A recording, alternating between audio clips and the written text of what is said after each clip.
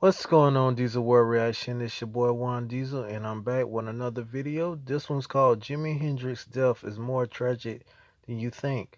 Let's get into it. Hendrix made himself into an icon thanks to a series of highly influential recordings and era-defining live performances. When he died suddenly at 27, the rock guitarist left behind one of the most enduring legacies in music. This is the story of Jimi Hendrix's tragic death. Given his unbelievable natural ability, it's tempting to think that Jimi Hendrix was born to be a rock superstar. But the reality was that during those brief few years in which Jimi Hendrix had taken the world by storm, the guitarist had worked himself to the bone. Hendrix's career began on the East Coast, where he played for a number of bands before finally being discovered by the British musician Chas Chandler, bassist of The Animals. Chandler saw Hendrix's enormous potential and took him off to England to form the Jimi Hendrix Experience. It was British audiences who first warmed to Hendrix when he couldn't catch a break in America, and his seemingly effortless cool both on stage and off masked a grueling schedule of touring and recording aimed at elevating Hendrix to the international rock music pantheon. But by 1970, Hendrix was almost completely used up. You on stage, it's all in the world. That's your whole life. That Jimi Hendrix had pushed himself too far was reflected by his poor health, but also in his complex financial situation and his numerous clashing social entanglements. All of these would come to a head in 1970, piling enormous strain on a musician at a moment of great physical and emotional weakness. Yeah, well, sometimes it gets to be really easy to sing the blues.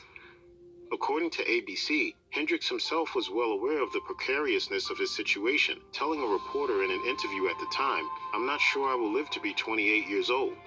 According to The Independent, Hendrix told friends and journalists that he felt directionless and unable to trust any of the people around him. Hendrix's social circle was shifting and unstable, and the person he shared the last of his life with was reportedly a new acquaintance named Monica Dannemann. Dannemann's behavior around the time of Hendrix's death has been the cause of much speculation.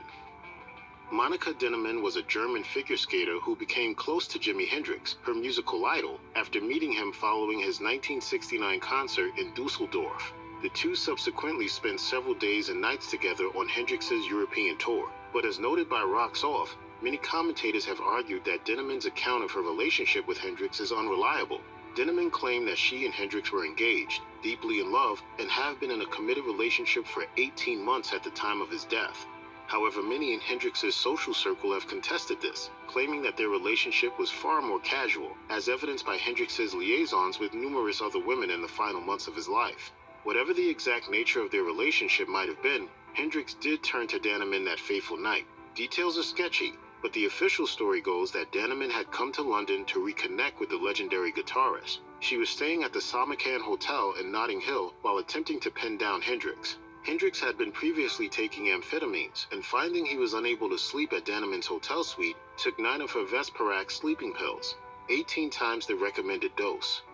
As the circumstances of Hendrix's tragic death flooded the newspapers in the days and weeks following, Dannemann, as the last person to see the rock star alive, was given a huge amount of visibility and notoriety. The Independent had this to say about Dannemann being the last face Hendrix saw before he died.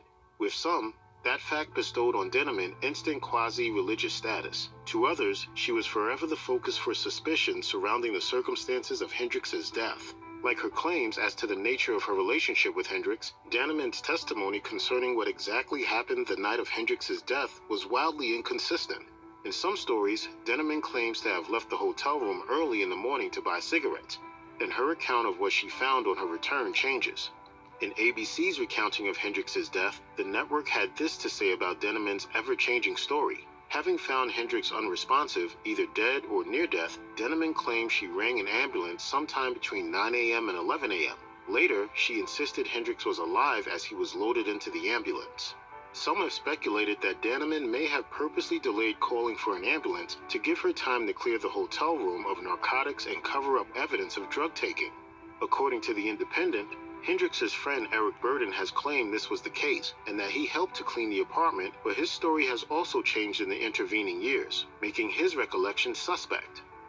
As fans around the world struggled to come to terms with the death of Jimi Hendrix, arguably the greatest hero of the 60s counterculture, wild stories concerning his death and who might have instigated it began to circulate.